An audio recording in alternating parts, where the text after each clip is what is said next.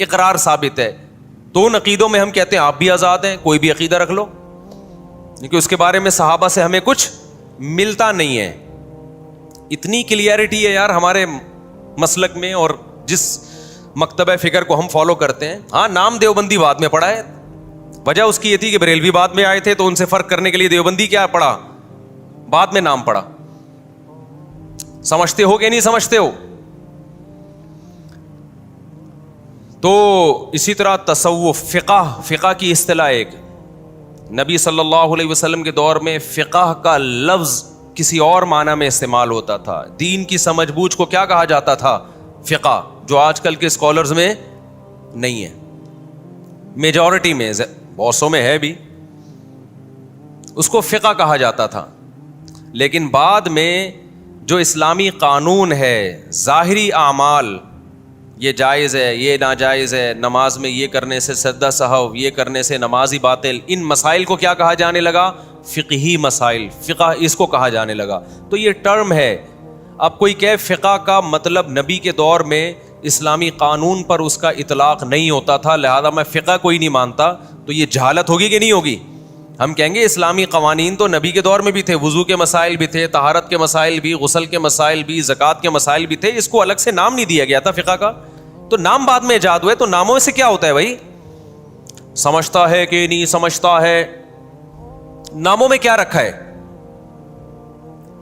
آپ نے کمپنیوں کا اشتہار دیکھو نا, ملتے جلتے ناموں سے دھوکہ نہ کھائیں. وجہ اس کی ہے کہ نام تو کوئی بھی کسی کا رکھ سکتا ہے.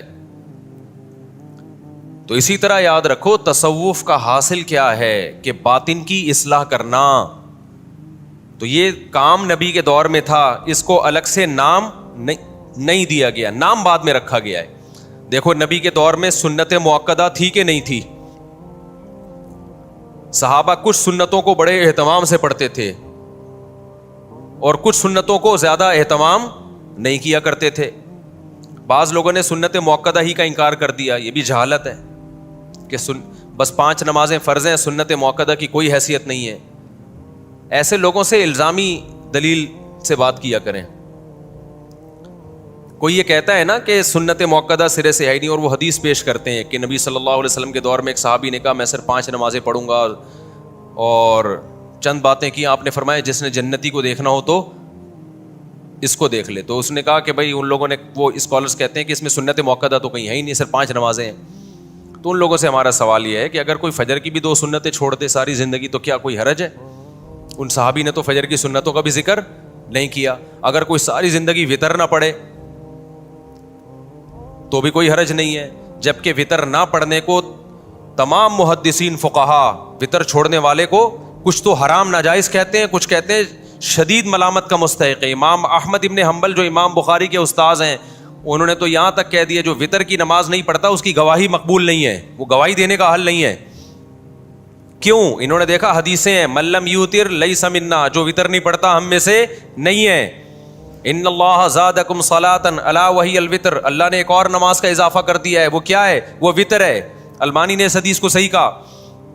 میں اسد البانی کا حوالہ اس لیے پیش کر رہا ہوں کہ یہ لوگ ہمارے خلاف جب وطر کے بارے میں دلیل دیتے ہیں نا, اور یہ ہمارے خلاف جو بھی دلیل ہیں, تو البانی رحمہ اللہ کا حوالہ دیتے ہیں کہ انہوں نے حدیث کو صحیح کہا ہے غلط کہا, اس لیے میں ان کا حوالہ دے رہا ہوں. سمجھتا ہے کہ نہیں سمجھتا؟ اتنی ساری حدیثوں کو کہاں لے کے جاؤ گے؟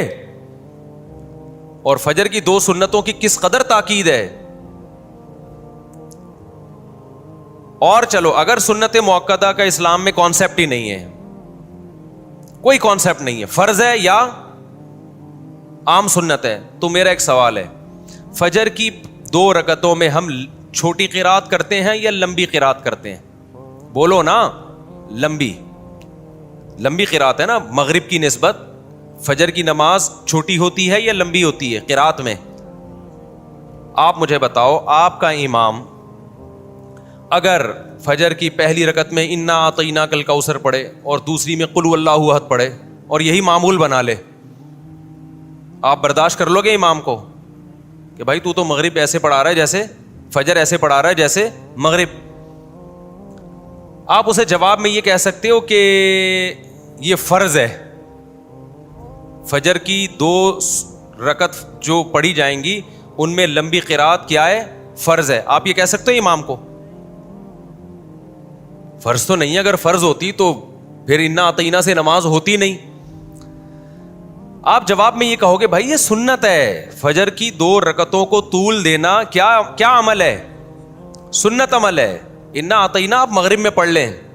چلو کبھی کبھار فجر میں ہو جائے, سفر میں آپ تھے یا کہیں تھکاوٹ تھی تو ایک الگ بات ہے. نارملی فجر میں لمبی قرات کرنا سنت ہے. جواب میں وہ یہ کہے کہ سنت ہے نا, کوئی فرض واجب تو نہیں ہے. جواب میں وہ یہ کہے کہ سنت ہے نا, کوئی لازم تو نہیں ہے نا. آپ نے کہا ہاں جی ہم نے تو بعض اسکالرس کو سنا ہے کہ یا تو فرض ہوتا ہے یا سنت موقدہ تو کچھ ہوتا ہی نہیں ہے. آپ کو ہاں سنت ہے تو کیا جب ضروری نہیں ہے. ان صحابی نے تو کہا تھا 5 نمازیں فرض ہیں. 5 نمازیں کیا ہیں؟ فرض ہیں. تو میں یہ 5 نماز پڑھ لی نا میں نے فجر کی, ہو گئی نا, انا اطعنا سے بھی تو ہو گئی نا. آپ جواب میں کہو گے بھائی عام سنتوں کی طرح نہیں ہے فجر کی 2 رکعتوں کو طول دینا, یہ سنت مؤکدہ ہے. نبی نے ہمیشہ فجر کی 2 رکعتیں لمبی پڑھی ہیں. تو بتا دیا کہ فجر پڑھنے کا اوریجنل طریقہ یہی ہے. تو جیسے فجر کی 2 رکعتوں کو طول دینا, لمبا کھینچنا عام سنت نہیں ہے بلکہ سنت مؤکدہ. جو امام یہ کام نہیں کرے گا قابل ملامت ہوگا, اس کو امامت سے نکالا بھی جا سکتا ہے کہ یار تو روزانہ انا اطعنا سے فجر پڑھا رہا ہے, یہ کیا کر رہا ہے بھائی؟ انا اطعنا پڑھتا ہے, دوسری میں قل اللہ پڑھتا ہے, یہ فجر ہے یا مغرب ہے؟ یہ سمجھ میں نہیں آ رہا کیا کر رہا ہے. وہ کہے کہ فرض واجب تو نہیں ہے نا, اسے کہا جائے گا سنت مؤکدہ ہے. اور جو سنت مؤکدہ کو چھوڑ دیتا ہے وہ قابل ملامت ہوتا ہے اور واجب الاخراج ہوتا ہے. آپ پتلی گلی سے نکلو, ہم کوئی تمیز کا امام لائیں گے جو فجر تمیز سے پڑھائے. تو اسی طرح جیسے نماز کے اندر کی کچھ سنتیں عام سنتیں, کچھ سنتیں مؤکدہ ہیں, ایسے ہی نماز کے باہر کی بھی سنتوں میں کچھ عام ہوتی ہیں, کچھ سنتیں مؤکدہ ہوتی ہیں. تو فجر کی جو 2 فرض ہیں, اب میں ایک اور مثال آپ کو دیتا ہوں. فجر کے 2 فرض امام آ کے پڑھاتا ہے, اس سے پہلے نہ گھر میں سنتیں پڑھتا ہے نہ مسجد میں آ کے پڑھتا ہے. ڈائریکٹ گھر سے آیا مصلی پہ کھڑا ہو گیا نا. آپ نے 1 مہینہ دیکھا یار امام صاحب سنتیں نہیں پڑھتے, آپ نے کہا گھر پہ پڑھتے ہوں گے, زیادہ نیک ہیں یہ, گھر پہ پڑھ کے آتے ہوں گے. آپ نے پوچھ لیا امام صاحب ماشاءاللہ بڑی خوشی ہوئی, آپ فجر کی 2 سنتیں ہمیشہ گھر پہ پڑھتے ہیں ماشاءاللہ. وہ امام نے کہا نہیں میں گھر پہ نہیں پڑھتا, آپ کو غلط فہمی ہوئی ہے. آپ کہیں گے پھر مسجد میں تو نظر نہیں آئے. تم نے کہا میں پڑھتا ہی نہیں ہوں, کیونکہ ہم نے فلاں فلاں فلاں کا بیان سنا ہے, اس میں کہ 5 نمازیں فرض ہیں, سنتیں بولو, پڑھ لو, نہیں پڑھو. پوری دنیا میں کہیں بھی چلے جاؤ نا, کوئی بھی ایسے امام کو چھوڑے گا نہیں. کہا جائے گا یہ جو 2 فرض کے ساتھ پچھلی 2 سنتیں ہیں یہ تمام سنتوں میں سب سے زیادہ مؤکد سنتیں ہیں. تبھی بعض ائمہ کی رائے تو یہ ہے کہ اگر جماعت کھڑی بھی ہو جائے تو آپ مسجد کے باہر 2 سنتیں پڑھ لیں, بشرطے کہ آپ کو جماعت میں شامل ہونے کا یقین ہو. بعض حضرات کی یہ بھی رائے ہے ان کی تاکید کی وجہ سے, اور بعض صحابہ سے ثابت ہے کہ چھوڑتے نہیں تھے کسی قیمت پہ.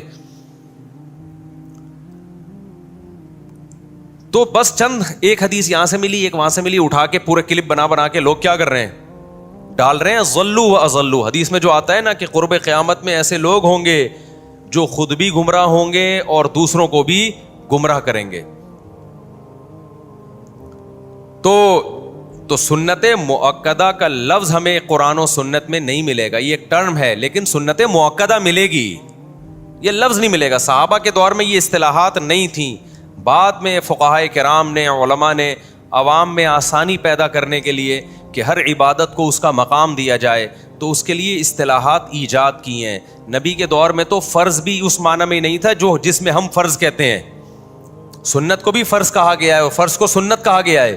نبی نے فرمایا من اعرض عن سنتی فلیس منی, جو میری سنت سے اعراض کرتا ہے وہ مجھ سے نہیں ہے. تو اس سے سنت تھوڑی مراد ہے, اس سے فرض مراد ہے, کیونکہ سنت کا لفظی ترجمہ ہے طریقہ. نبی نے فرمایا جو میرے طریقے سے ہٹے گا وہ مجھ سے نہیں ہے. تو اس میں تو فرض بھی داخل ہے, اس میں سنت مؤکدہ بھی داخل ہے, اس میں واجبات بھی داخل ہیں. لیکن بعد میں یہ جو اصطلاح ہے سنت کی, یہ فرض سے فرق کرنے کے لیے, اب ہم کہتے ہیں یہ فرض ہے یا سنت ہے, آپ کہتے ہیں بھائی سنت ہے, تو اب یہ کسی اور سینس میں استعمال ہو رہا ہے یہ لفظ. سمجھتے ہو کہ نہیں سمجھتے ہو,